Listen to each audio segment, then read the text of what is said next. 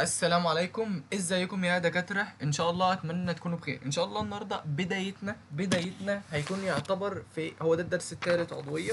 درس اسمه بعنوان كده، بعنوان الدرس عشان لو حد بيذاكر معاه الميثان.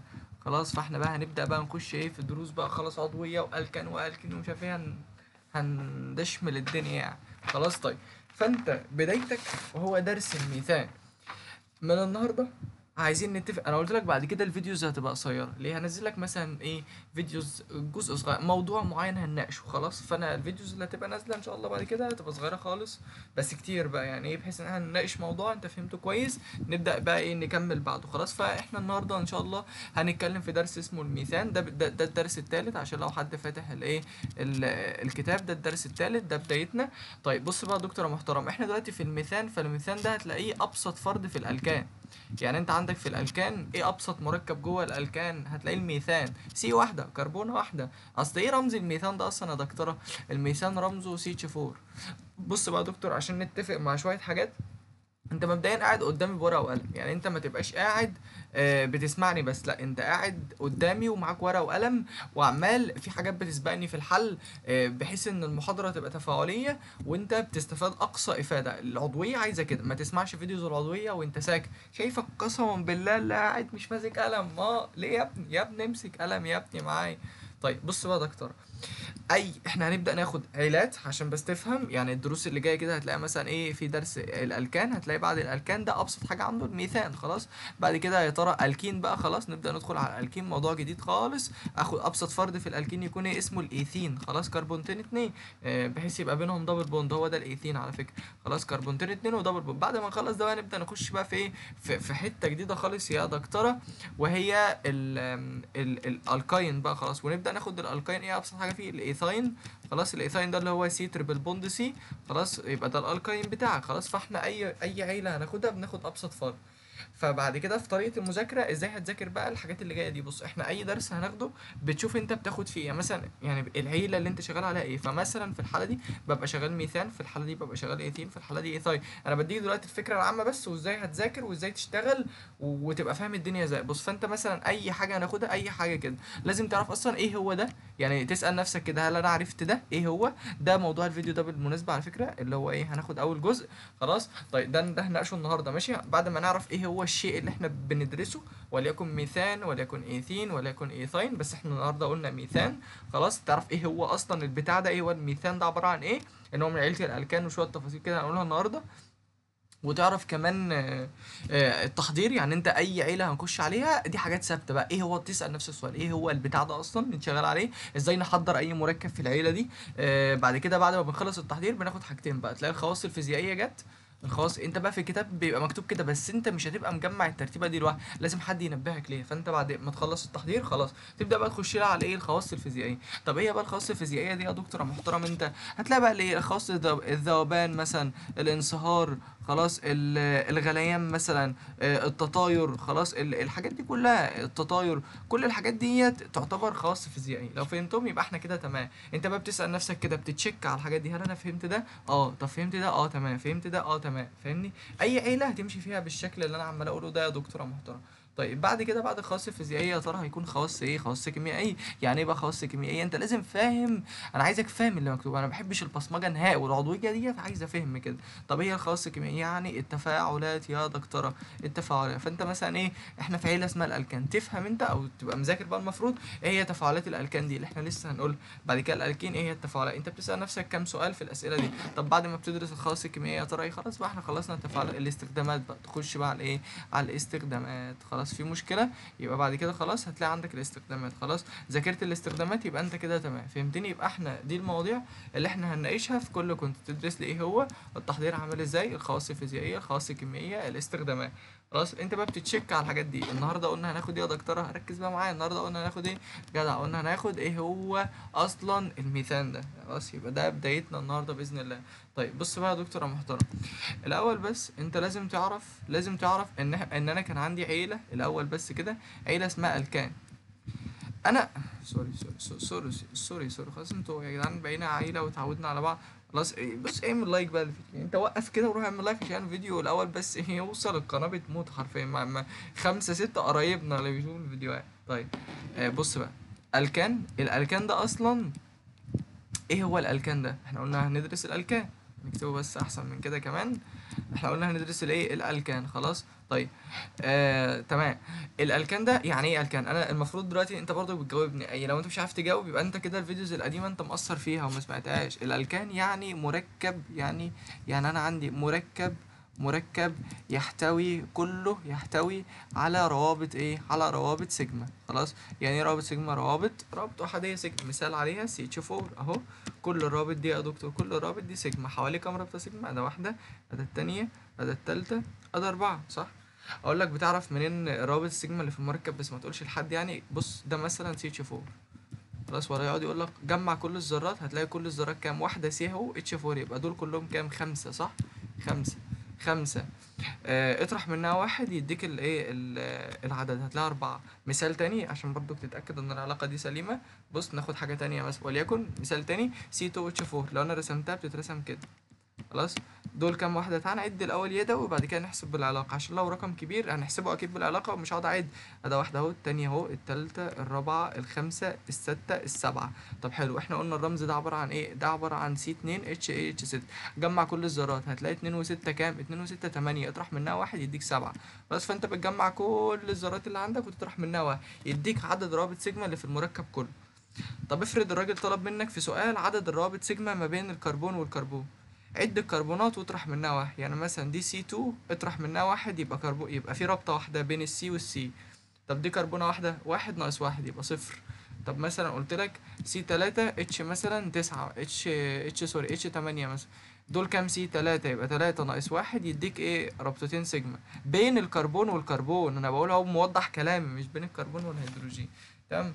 دي قوانين الاسئله دي بتبقى اكتر في كتاب زي افوجادرو، وانا ما بحبش نوعيه الاسئله دي، بس انا برضك ايه، ما بحبش ان انتوا يكون ناقصكم حاجه، فبرضك بحب ان انا يبقى انا برضك معرفها لك. خلاص العلاقات اللي زي كده انت بتجرب الاختيارات، بس جرب الاختيار على كذا حاجه، مشي معاك الاختيار اختار.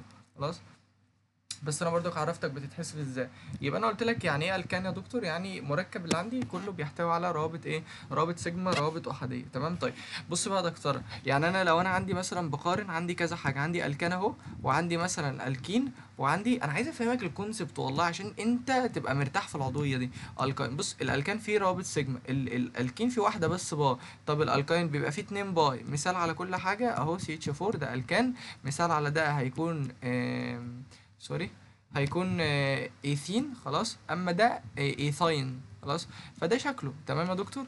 طيب فيعني ايه رابطه سيجما؟ بص الرابطه السيجما دي يا دكتوره صعبه الكسر، يعني ده مركب صعب، يعني مش حاجه سهله ان انت تتعامل معاه، صعبه الكسر. يعني عارف مشبع، ده مركب مشبع يا جماعه، ده مشبع. فانا لو انا بقول لك في سؤال ده مركب مشبع، هيدروكربون مشبع، تعرف ان انا في عيله اسمها الالكان. طب الاتنين دولت لا، ده فيهم رابطه باي يا دكتوره، فيهم رابط باي. يبقى الحاجات دي غير مشبعه يا دكتور، غير مشبعه. طب يعني ايه غير مشبعه؟ عارف انت لما تبقى الدكه مشبعه يعني مليانه، غير مشبعه يعني مش مليانه. مثال عندك دكه فاضيه يبقى دي غير مشبعه. طب ينفع اضيف فيها ناس؟ ينفع تضيف. فبالتالي التفاعلات اللي هتحصل هنا يا دكتور، التفاعلات اللي هتحصل في الحته دي في الالكين والالكاين، التفاعلات اللي هتحصل هنا اسمها تفاعلات اضافه.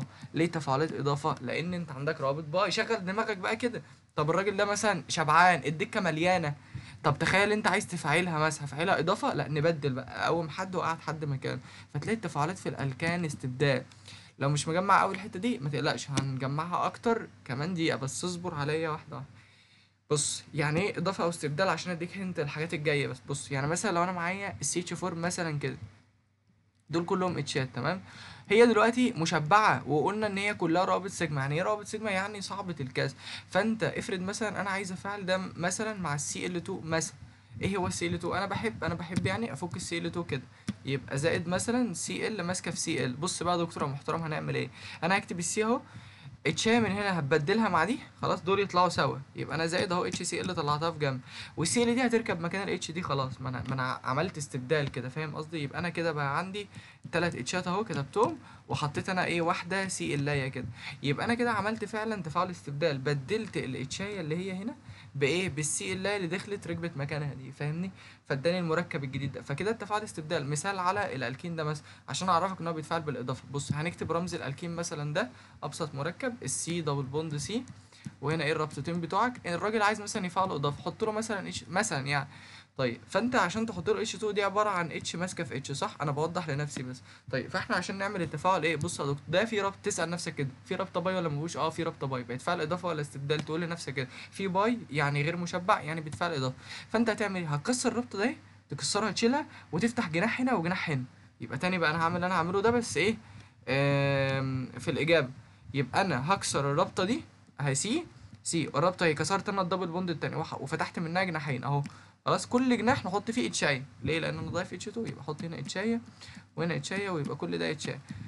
تمام؟ انا بس بفهمك التفاعلات المفروض هتمشي ازاي بعد كده. خلاص فكده الالكين ده اتحول من الكين كده وبقى ايه جدع، ده بقى اسمه ايه؟ الكان. الله ينور عليه. فيبدا بقى ايه بعد ما تخلص تفاعلات الالكين تروح تشتغل على الكان وتروح تدفع. خلاص ده بقى من عيله الالكان، نشتغل بقى شغل درس الالكان. اروح بقى افعل ايه؟ تفاعلات استبدال بالالكان واكنه الكان عادي خالص. يبقى انا نقلت من درس الالكين لدرس الالكان ازاي؟ فهي العضويه ربط كده. خلاص فبالله عليك مش عايزين اي نوع من البصمجه قبل ما نبدا كده. تمام تمام. نبدا بقى ايه ندخل في موضوع الدرس. بص احنا قلنا ان احنا دلوقتي عمالين ندرس عيلة اسمها ايه يا دكتور؟ المفروض انت بتقول بقى عيلة اسمها الكان. بس احنا قلنا بندرس ابسط فرد فيها. ايه ابسط فرد؟ احنا كده خدنا حاجتين. ايه ابسط فرد فيها؟ سي اتش 4. خدنا بقى ان السي اتش 4 او قلنا كده ده ايه؟ ابسط الكان. ابسط الكان. طب سؤال، ايه ابسط الكان متفرع؟ يبقى انا عايز كربونات بحيث تديني تفرع. يبقى انا ممكن مثلا نعملها كده 4 كربونات اللي هو كده. عايزك بقى حد شاطر يسمي، حد شاطر يوقف الفيديو ويسمي المركب اللي مكتوب ده اسمه ايه؟ دي هنا في اتشاي. طيب هنا ده اسمه ايه يا جماعه؟ اطول سلسله اهي. يبقى 3 كربونات، يبقى اسم البيرنت عندك بيروبان. طب والميثايل ده تفرع واخد رقم كام؟ واخد رقم 2. يبقى 2 ميثايل بروبان. ولو مش عارف تسمي في فيديو منزله للتسمية روح سميه. طب حلو، خدنا احنا بقى كمان ايه اول مركب عضوي؟ اليوريا اللي هي H2N. اقسم بالله المعلومات اللي انتوا بتاخدوها في فيديوز محترمه قوي يا جدعان. مش هتلاقي بلاي ليست او حاجه بتتكلم في الحاجات دي. ده اول مركب عضوي. طب ايه اول مركب عضوي ده اليوريا يا جماعه. ده ايه؟ ده عباره عن اليوريا. خلاص تمام. اللهم يبقى احنا كده عرفنا ابسط حاجه عشان بس ما نخشش في الابد. ده ابسط الكان وده عباره عن ايه؟ ده ابسط الكان متفرع. خلاص متفرع في تفرع كده. خلاص اللي هو ايه 3 كربونات، لان انا لو جبت 4 مش هيبقى ابسط حاجه. خلاص طيب. طيب احنا بقى النهارده قلنا هنتكلم في ابسط فرع اللي هو ايه بقى؟ السي اتش 4 بقى. تمام. طيب بص بقى يا دكتور. طيب السي اتش 4 ده احنا قلنا ان ده من عيله الالكان. طيب ايه يعني؟ طب ايه العيله مثلا؟ ده اول فرد. طب ايه تاني فرد في الالكان؟ يبقى سي 2 بقى. يبقى سي 2 اتش كام؟ اتش 6. طب اللي بعد ده 3. لو انا هفكه هتلاقي سي اتش 3 سي اتش 2 وبعد كده سي اتش 3. هتلاقيهم سي 3 اتش 8 لو احنا جمعناهم. طيب 4 هتلاقيه بقى سي اتش 3. انا بحب اكتب الايه الاتش هي الاول، ما فيهاش حاجه على فكره عشان ما حدش يقول لي طب اكتب سي اتش هي بس دي الطريقه الصح في الكتاب. ماشي لو مكتوبه سي اتش 3 مش اصح حاجه، دي الصح. سي اتش 2 كمان وبعد كده ايه سي اتش 3. طيب بص بقى هتلاحظ ان مثلا شايف الفرد ده زيه بالظبط، بس ايه اللي فرق عنه؟ هتلاقي فيه حاجه اسمها دي اسمها مجموعه ميثيلين. يبقى من هنا تعرف حاجتين اتنين، السي اتش 2 اسمها ايه والسي اتش 3 اسمها ايه. يبقى انا عندي حاجتين اتنين اهو، في حاجه اسمها السي اتش 2 وحاجه اسمها السي اتش 3. السي اتش 3 دي عشان بيتسال عليها في الاسئله، دي اسمها ايه؟ اسمها ميثيلين جروب. اسمها ايه؟ ميثيلين جروب. انت قاعد بتكتب معايا ميثيلين جروب. خلاص سي اتش 2 كده. طب السي اتش 3 دي ميثايل. خلاص ميثايل ده عبارة عن ايه؟ الكايل. خلاص كان اصلها في الاصل كان جاية من الكان. وكان الالكان بتاعها سي اتش 4. خلاص ما هو يعني ايه الكايل؟ الكان شلت منه اتش فدي سي اتش 4. لو انا نزعت منها اتشاية هيدي لك الايه الالكايل بتاعها اللي هي مجموعة الايه الميثايل السي اتش 3. تمام كده تمام. يبقى لحد كده يبقى انت تفهم لي بقى كده ان الالكانات او العيله اي عيله كل مركب اهو بيزيد عن اللي قبله بحاجه اسمها مجموعه ميثيلين. سؤال بقى السي اتش 2 دي كتلتها كام؟ السي اتش 2 دي بص السي ب 12 اهو زائد اتشال اتش بواحد في 2 ب2 يبقى زائد 2 يبقى كام؟ ب 14. فانا ممكن برضو اسالك سؤال، كل فرد من عيله الالكانات بيزيد عن اللي قبله بقد ايه؟ بكتله. تقول لي مثلا مجموعه ميثيلين وتقول لي كتلته 14 جرام. فيها مشكله اللي هي مجموعه الميثيلين. خلاص تمام، مفيش اي مشكله لحد دلوقتي. طيب احنا بنسمي بقى، بما ان الالكان ليه عيلة او ليه قانون زي مثلا C2H2N زائد 2، بنسميه كده ان ده بيقع في حاجة اسمها ايه، سلسلة متجانسة. فانا اجيب لك في الاسئله سؤال واقول لك هل المركبات دي في سلسله متجانسه ولا لا، انت بتشوف تبع عيله واحده، لو عيله واحده تقول اه. مثال بص، لو انا بقول لك C2H4 وجبت لك جنبها C2H6 وبسألك هل دول يا دكتور عيلة متجانسة، شوف هل هما الاتنين نفس القانون، لو اه يبقوا نفس العيلة، لو لأ يبقى غلط. مثال، ده C2H4 ده عبارة عن الكين، طب اللي جنبه ده لا ده الكان، لا الاتنين مختلفين، يبقى هل دول نفس العيلة؟ لا يبقى دول مش نفس العيلة، يبقى دول مش مظبوطين. طيب افرض راجل جاب لك مثلا في السؤال مثلا C3H8 مثلا، وجايب لك كمان C3، او بلاش بقى C3، ناخد مثلا C4 H كام H10، هل دول نفس العيلة؟ اه، الراجل ضارب في 2 ومزود 2، ضارب في 2 ومزود 2 صح، يبقى دول ايه، ايوه دول سلسلة متجانسة. خلاص، يعني ايه سلسلة متجانسة؟ يعني يا دكتور بيجمعهم قانون جزيئي واحد. مثال غيره، انا بحب الامثله الكتير، بحس ده اللي بيثبت لكم المفاهيم. طيب بص، لو انا مثلا معايا C2H4 وجبت لك برضك C3H6، هل دول عيله؟ اه يا دكتور عيله، ليه؟ ما ده الكين اهو، الراجل ضارب في 2 يبقى ده الكين. طب هنا C3H6 ضرب في 2 برضك وسكت، يبقى ده برضك الكين. خلاص الاتنين الكين، اه يبقى الاتنين دول عيله برضك متجانسه، مفيش اي مشكله في الكلام ده. ويعني ايه عيله متجانسه؟ عشان اللفظ ده لما تشوفه في السؤال يبقى انت فاهم، هتعوض في القانون على طول. خلاص. تشوف بقى هل دول نفس العيله، الكانات او الكينات، او بيجمعهم قانون جزيئي واحد، او كل مركب كل فرد بيزيد عن اللي قبله بمجموعه ايه، ميثيلين اللي هي CH2. اتفقنا. طيب برضو كان ممكن يجيب لك سؤال ويقول لك مثلا ايه، كنا قايلين ده في المحاضرات اللي فاتت، الناس اللي مذاكره بقى المفروض معايا، لو بيقول لك مثلا الكان ممكن يسالك سؤالين، يقول لك مثلا ايه، والله بص كتلته مثلا كام، يقول لك 72. ممكن 72 يو، اليو ده يونت وحده كتل ذريه عادي، ده معناها الكتله عشان ما تتخضش يعني، او عادي يقول لك جرام، ما فيهاش مشكله، جرام على المول، هي عشان ما حدش يقعد يقول لي ايه دي. خلاص، لو شفتها يعني في اي كتاب، في كتاب ممكن تلاقي في افوجادرو او مندليف الاتنين عادي، ده اللي كان هو كتلته كذا. خلاص.